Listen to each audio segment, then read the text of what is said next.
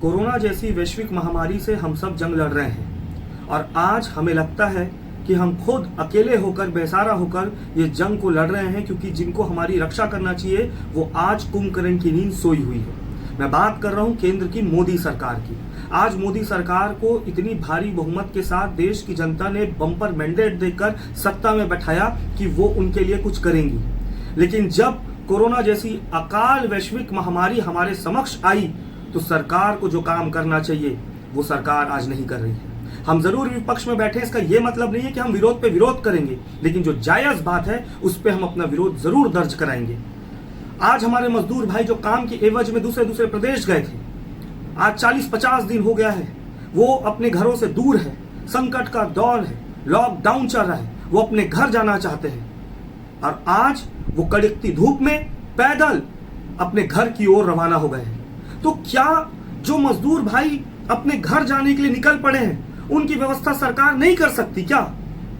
हम विपक्ष में हम विरोध करेंगे ये मतलब नहीं है, मतलब है जायज विरोध का, और ये पूरी तरीके से जायज विरोध है कि सरकार उनकी व्यवस्था कर सकती है। भारत में इतनी शक्ति है कि हम इस लड़ाई को भी लड़ सकते हैं। और हमारे जो मजदूर भाई हैं जो अपने परिवार के साथ पलायन कर रहे हैं, जहां पे वो काम कर रहे थे, वो अपने प्रदेशों में जाने के लिए, आज उनके पैर में टपकता हुआ खून से आज भारत का पूरा हाईवेज रंगा हुआ है, लेकिन सरकार की कान में जूं नहीं रेंग रही है। और हमारे नेता कांग्रेस पार्टी के राहुल गांधी जब उन मजदूरों का दर्द बांटने उनके बीच में गए तो वहां वित्त मंत्री निर्मला सीतारमण जी, मैं आपका आदर और सम्मान करता हूं, लेकिन आपने जिस तरीके से राहुल जी पर कटाक्ष किया है, मैं सिर्फ इतना कहूंगा कि खिसियानी बिल्ली खंबा नोचे वो दर्शा रहा था।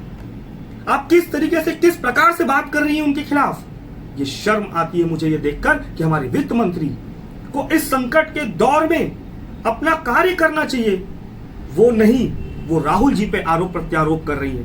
पैकेज पे पैकेज की घोषणा करते हैं, 5 दिन लग गया उस पैकेज के बारे में देश की जनता को बताने में।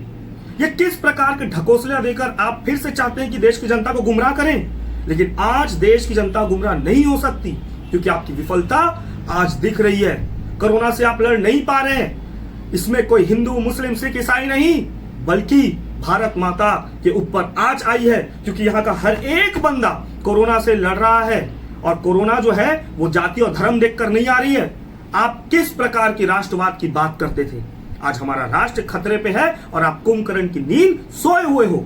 और अगर हमारे लीडर्स कांग्रेस पार्टी के उन मजदूरों के पास जाते हैं, उनका दर्द को साझा करते हैं, तो आपको तकलीफ होती है। योगी आदित्यनाथ जी, आप उत्तर प्रदेश के मुख्यमंत्री हैं, आपको दलगत राजनीति से ऊपर उठकर काम करना चाहिए, लेकिन आप प्रियंका जी द्वारा भेजी गई बसेस, जिसका आपको स्वागत करना चाहिए था कि वो मजदूरों को अपने घर पहुंचाने के लिए बसेस पे बसेज भेजी है, आप उन्हें आगरा के बाहर खड़े कराकर उनको परमिशन नहीं दे रहे हैं। ये किस प्रकार की सरकार आप चला रहे हैं और किस प्रकार की मानसिकता के साथ आप उत्तर प्रदेश के मुख्यमंत्री बने बैठे हैं? मुझे तकलीफ होती है कि आज हम जब संकट काल में हैं तो यहां पर भाजपा केवल राजनीति कर रही है और राजनीति के सिवा कुछ नहीं कर रही है। आज प्रधानमंत्री जी एक शब्द नहीं कहते और उनके मंत्री जब आते हैं तो उटपटांग बयानबाजी देके जाते हैं। हमारे भारतीय युवा कांग्रेस के राष्ट्रीय अध्यक्ष निवास जी, जो लगातार 50-60 दिनों से गरीब लोगों की मदद कर रहे हैं, उन्हें भोजन की व्यवस्था करा रहे हैं और गाड़ी खुद की पैसों से गाड़ी को करवाकर यूथ कांग्रेस उन्हें घर पहुंचा रही है। कहां है आरएसएस, कहां है बीजेपी का एक एक नेता जो राष्ट्रवाद की बात करता है, और कहां है हमारे एबीवीपी जैसे छात्र संगठन, हमारे भारतीय युवा मोर्चा जैसे संगठन जो बहुत बड़ी बड़ी बात करते हैं।